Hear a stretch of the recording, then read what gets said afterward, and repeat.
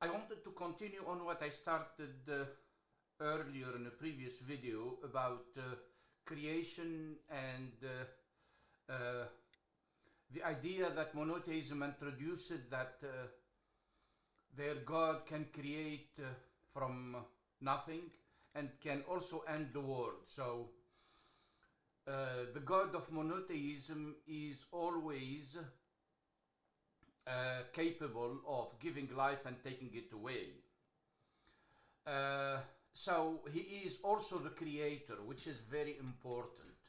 Now, if we notice or compare the God of monotheism to other gods, we will see that the other gods were not, the main gods or the principal gods, were not always the creator. In fact, they were never the same as the creator. So the God who rules by the end, like Zeus or Jupiter or Marduk or many others, they end up becoming the main gods after some form of coup d'etat, killing somebody, a patricide or something like that, and they end up ruling the world.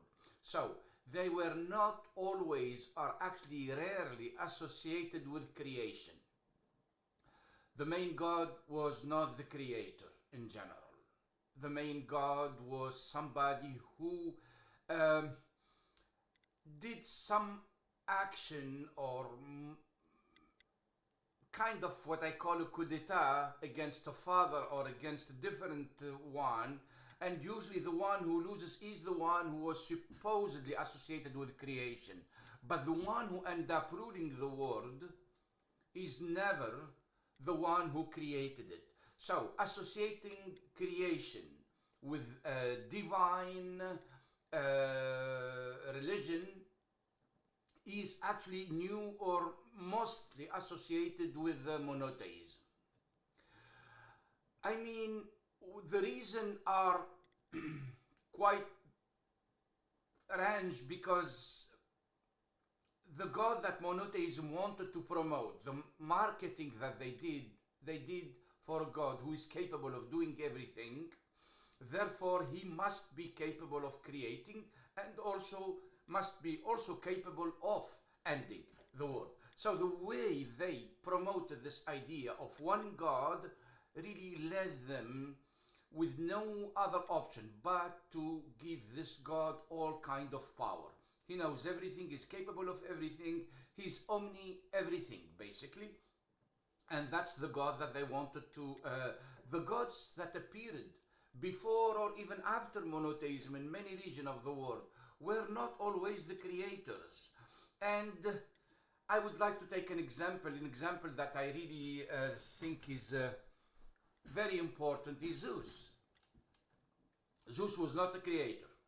Zeus was basically the product of two previous coup d'etat. One from his father Cronus against Uranus, and then one from or by Zeus against Cronus.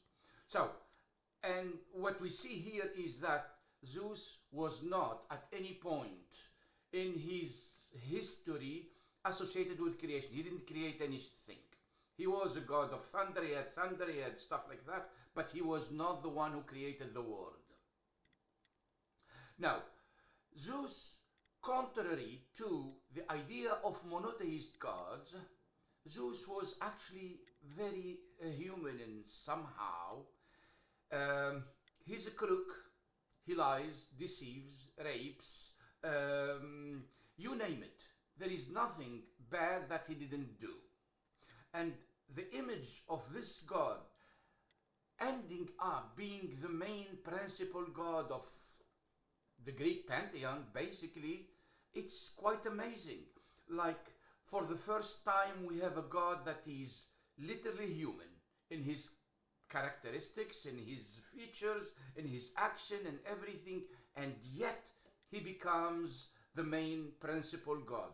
Now, contrast that with the God of monotheism. He's all powerful, he's all everything, and you think that, yes, if we flip what was said in the Bible about God creating human on his image, it's actually the opposite that happens, and that is the reality. Man created God on his image, and that is exactly Zeus. Zeus reflected that new kind of approach. Zeus has all what a human being can have. And remember, his affairs are not the only problem he had, Zeus.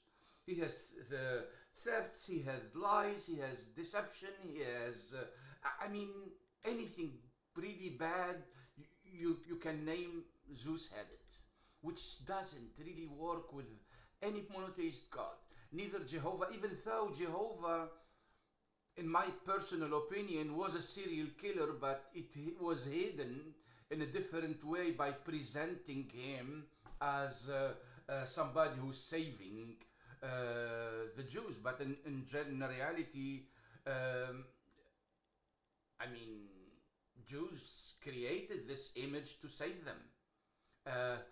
Allah is also the same way, although he gave some room to peace sometimes, but Allah was actually a very powerful with all perfect kind of names, and they are attributes too. But this is not like Zeus or Jupiter or Marduk. Marduk was also the same case. So what I'm trying to say here is that the associating the divine with creation is also one of the products of monotheism.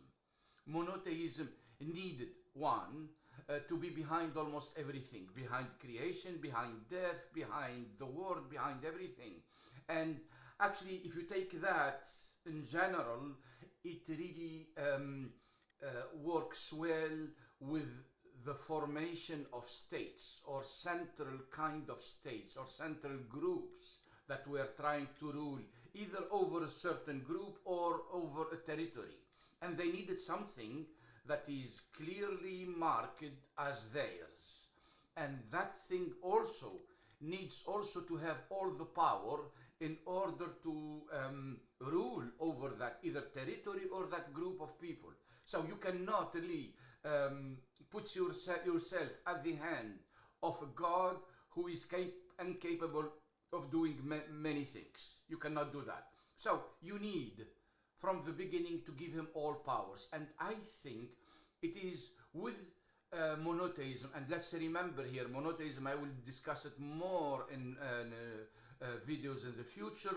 Monotheism is not the original form of worship.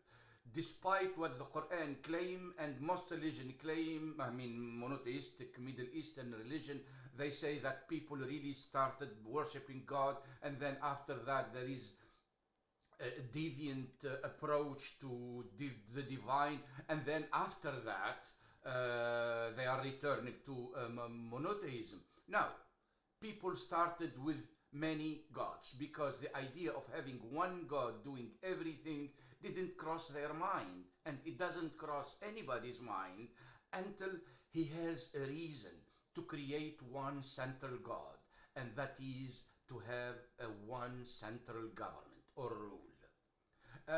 I can take also other example about this idea of creation, like when you take the Arab word Muhammad before creating or promoting the idea of Allah.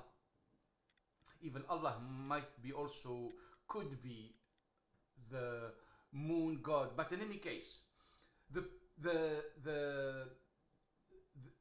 ritual associated with gods pre-Islam were not always associated with a force or a power that is capable of creating or anything.